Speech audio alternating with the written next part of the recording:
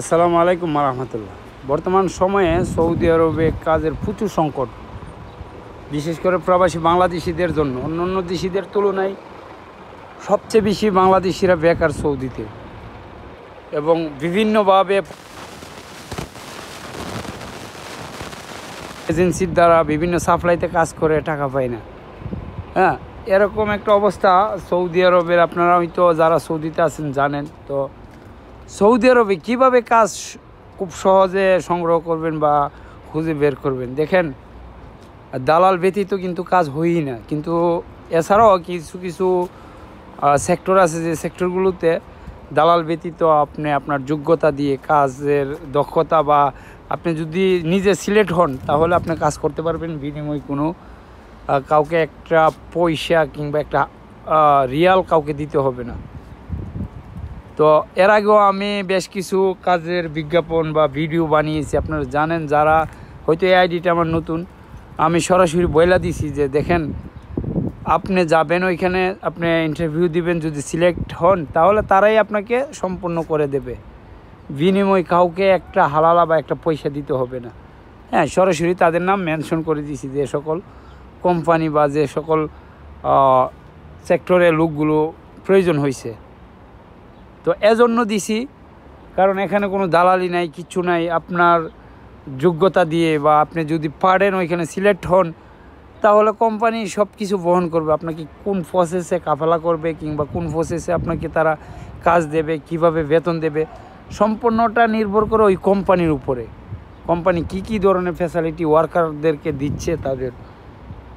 তো দেখেন, সৌদি আরবে কিছু কিছু ওয়েবসাইট আছে, এবং লজিস্টিক সেক্টর যেটাকে বলা হয়, বিশেষ করে বিভিন্ন দেশ থেকে মালামাল আসে, এক্সপোর্ট ইনপোর্টের মালগুলো।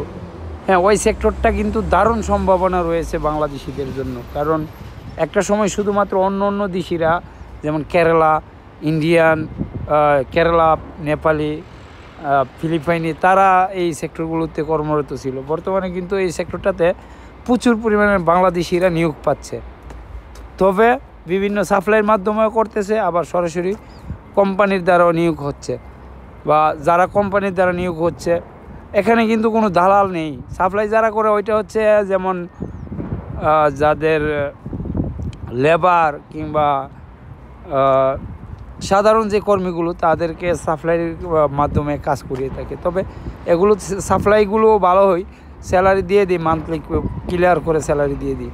যেহেতু এখানে কোনো 10 দিন বা 15 দিনের কাজ না, এক একটা সাপ্লাই 4 বছর 5 বছর করে এই কোম্পানিগুলোকে লোক দিয়ে থাকে, যার জন্য কিন্তু তাদের টাকাগুলো ক্লিয়ার করে দিয়ে দিই। দ্বিতীয় বিষয় হচ্ছে কোম্পানি, সরাসরি কোম্পানিতে যদি কাজ কেউ যদি সিলেক্ট হয়, স্টোরকিপার বলেন বা সুপারভাইজার বলেন বা ফরক্লিফট অপারেটর, রেস্টেক অপারেটর, হ্যাঁ, এই যে সেক্টর, এই কাজ, এই লোকগুলো যদি কোম্পানিতে সরাসরি ইন্টারভিউ দিয়ে তারা সিলেক্ট হয়, সেক্ষেত্রে কাউকে একটা টাকা দিতে হয় না, কাউকে একটা রিয়ালও দিতে হবে না, কাফেলার টাকা দিতে হবে না।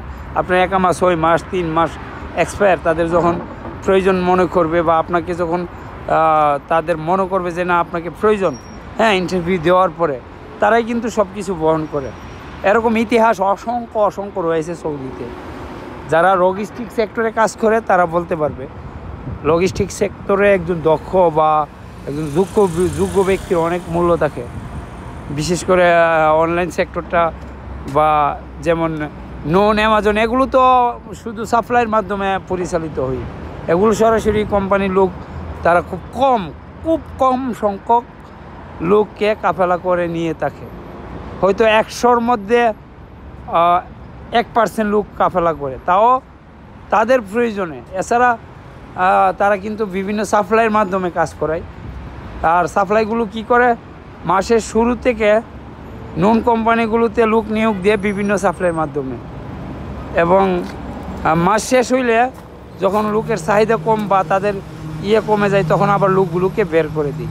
সর্বোচ্চ 1 মাস, 1.5 মাস, 2 মাস কাজ করে তারপর লোকগুলোকে বের করে দিই। এরকম একটা পরিস্থিতি নুনের।